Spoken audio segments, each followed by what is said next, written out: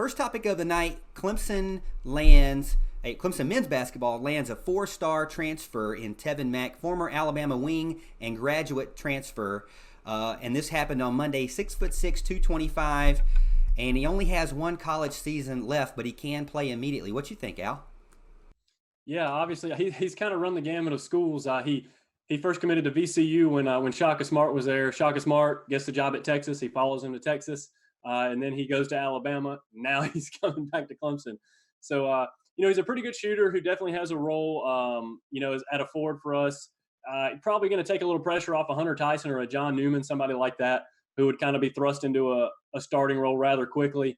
And hopefully he can kind of provide us with a little bit of scoring down there. Anyways, like I said, he's got a pretty good shot on him, and we're gonna need to make up for some of that scoring that we lost with Marquise Reed leaving and all the other guys too. So hopefully he can kind of get back. I believe his freshman year was actually better than the last year he played. I think he went down about 5 points a game. I don't know whether that's coaching or system fit or whatever it may be, but I hope Brownell and the guys can get him coached up to provide us a double-digit points a game for sure. It's something Clemson could really use next year. Yeah, I think when you look at Mack, for sure, he's not a guy that Brownell's not familiar with, actually. If you look, he took an official visit to Clemson back in October of 2014, and he ended up going. And I know a lot of Brownell recruiting dumpers are really going to get on to me about this, but a lot of Brownell recruiting dumpers are going to say, well, this is another guy that came from Columbia, South Carolina, that Clemson should have got as a freshman coming out of high school, but they didn't. And I can't say that they didn't, and it also puts fuel to the fire that he wanted to follow Shaka Smart. Shaka was at VCU. He originally went to VCU, turned around when he went to Texas, and uncommitted, went to Texas.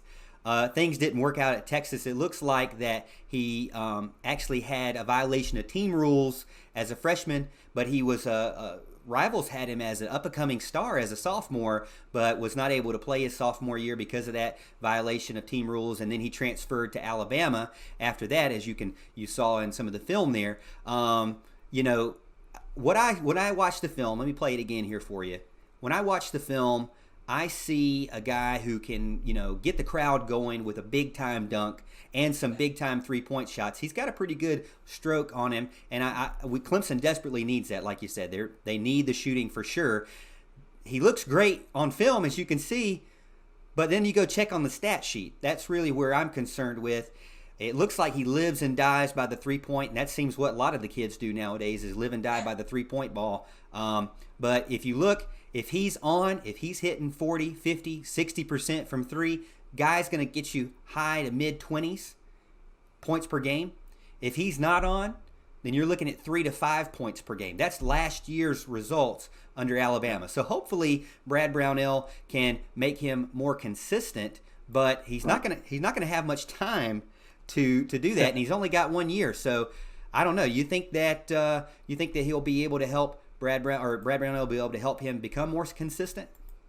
Well, I sure hope so. And I think Brownell, he does a better job with a lot of big men. And I look back in the day at a Landry Noko or somebody like that, Sidi Dete, somebody like that. I think he does a pretty good job with them. Obviously, we hope he can continue his three-point shooting and do that well.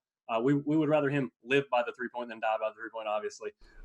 We want him to sink some of those baskets for us, stretch the floor a little bit, and kind of give us some room to work. I think he can kind of get to the rim, too. Like you said, he's a really athletic kid, so I think he's a good addition to this team, a really good pickup for the Tigers, and hopefully he can kind of be a stopgap for this year, help us out.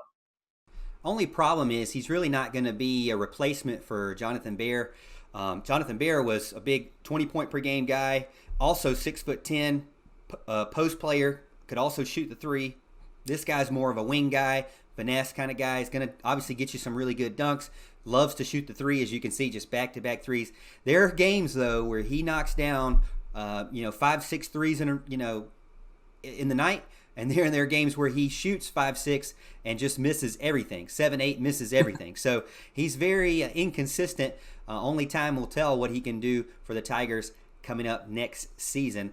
But that's it for Tevin Mack. Hopefully the Tigers can get, I think they're looking for one more grad transfer. Hopefully somebody that can fill in that spot. If you look at the roster right now, I'm looking at, you're assuming that the center is going to be Trey Jamison, then Mm-hmm. the power forward looks like now it's going to settle down to be again Amir Sims. Maybe. I mean, I don't see anybody else that's tall enough really to help.